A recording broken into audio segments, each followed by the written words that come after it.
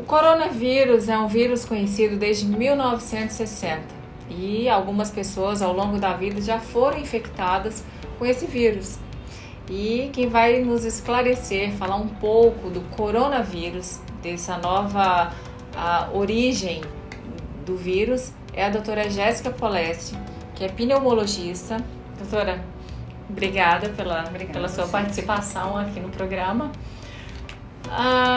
Eu falei que ele é conhecido desde 1960 e algumas pessoas já podem ter sido infectadas por ele.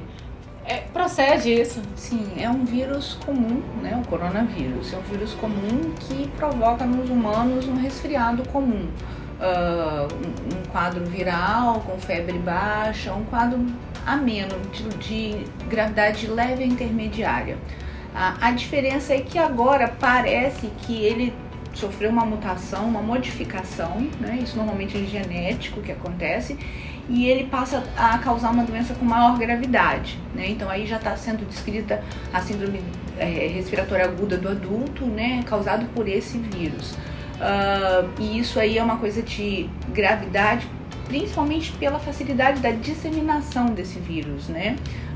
E ainda do desconhecimento dele. Então, as pesquisas estão tentando desenhar melhor esse vírus, ver qual é a genética desse vírus, para poder, assim, conseguir fazer um tratamento, seja lá com vacina ou com qualquer outra coisa. E o que ele está causando, esse vírus hoje, ele está causando no humano? Então, aqueles sintomas de gripe tradicionais, que é um quadro generalizado de dor muscular, febre alta, tosse, expectoração, e às vezes isso pode evoluir com quadros mais graves. Se você tem um indivíduo que às vezes já é portador de uma doença respiratória, isso certamente vai ficar muito mais grave e pode evoluir realmente com a síndrome respiratória aguda, que é como se fosse uma pneumonia viral com mais uma resposta inflamatória muito grande do pulmão, causando assim uma fatalidade, um caos ali no pulmão e no caso o que a gente tem nessa situação é dar suporte para o paciente. A gente não tem muito como tratar,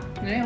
Os vírus têm essa característica, o tratamento dos vírus são difíceis, são poucos os vírus que a gente consegue tratar, a grande maioria a gente dá suporte mesmo para o indivíduo permanecer vivo enquanto ele combate aquela infecção.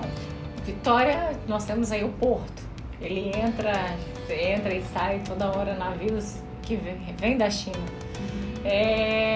Aumenta o risco? Então, qualquer lugar que tem um grande trânsito de pessoas, é muito mais fácil você transmitir a doença, né? Então você imagina que nesses navios circulam chineses ou a próprio material mesmo vindo de lá. Isso, porque a contaminação ela pode ser também pela secreção, né? Pelo contato com a secreção. Então, certamente os lugares onde você tem mais trânsito de pessoas, principalmente que venham dessas regiões afetadas, vão ser mais afetados. E principalmente aglomerados também, né? Onde tem mais pessoas aglomeradas, a chance de você ter uma disseminação é muito maior. Quando a pessoa deve ficar em alerta? Uma vez que nós moramos aqui em Vitória, no Porto, tem essa movimentação, quando a pessoa deve começar a ficar em alerta? Então, eu acho que a gente tem que ficar alerta sempre, porque o que vai impedir as grandes epidemias, o que realmente vai impedir a disseminação é você conter os casos suspeitos ou de doença. Então, é importante o isolamento dos casos suspeitos, como está sendo feito, como a China está fechada para entrada e saída, exatamente para não deixar sair o que está lá dentro. E os cuidados para você se prevenir da doença, eles têm que ser todos os dias, porque não estou falando só desse caso do coronavírus, mas das outras doenças respiratórias, né? Então, o cuidado com a lavagem das mãos, a gente já sabe que esse vírus pega através de secreção. Então, a pessoa está aqui, escarra e deixa cair secreção, ou então está com a mão suja e pega na mesa, você vai lá, pega naquele mesmo lugar e pode se contaminar com o vírus. Então, o cuidado nesses locais muito frequentados, maçanetas, ônibus, né? Voltar àquela história assim do álcool gel que passa na mão.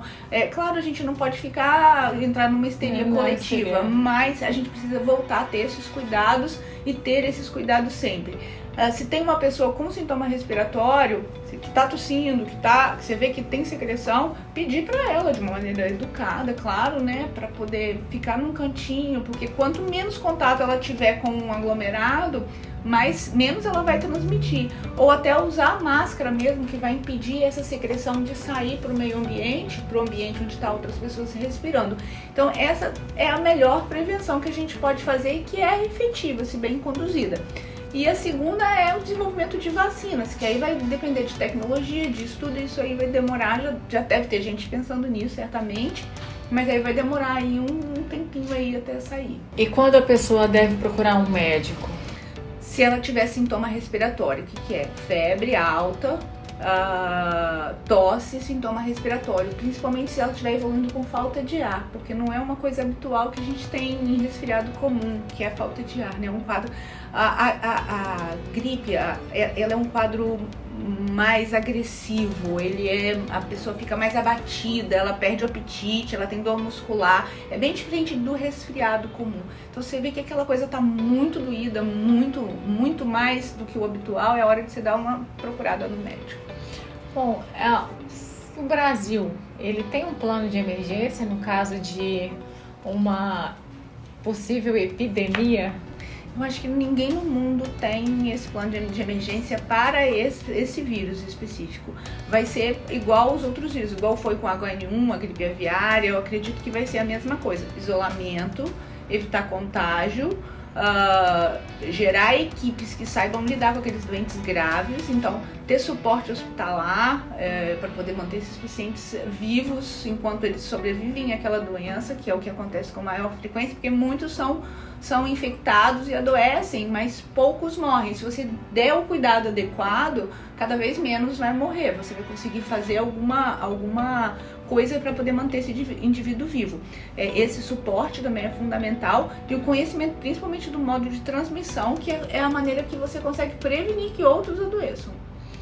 Bom, doutora, eu quero agradecer a participação, Obrigada as informações, os esclarecimentos, e deixar um espaço aqui para você colocar para as pessoas, enfim, dar um alerta aí para o pessoal que entra em pânico, que, enfim, tá com medo, porque às vezes fazem um alvoroço, né? Cria-se um terror, um pânico.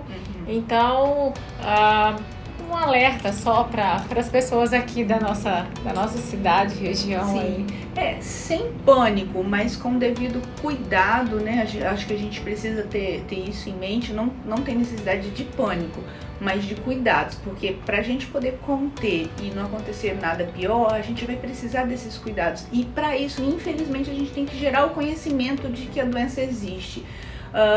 Então, é necessária a prevenção, sim. Não é motivo para criar uma histeria coletiva, porque a gente não tem nenhum caso comprovado aqui no Brasil. Mas ficar alerta para sintomas, ficar alerta para pessoas que voltaram daquela região nos últimos tempos, né?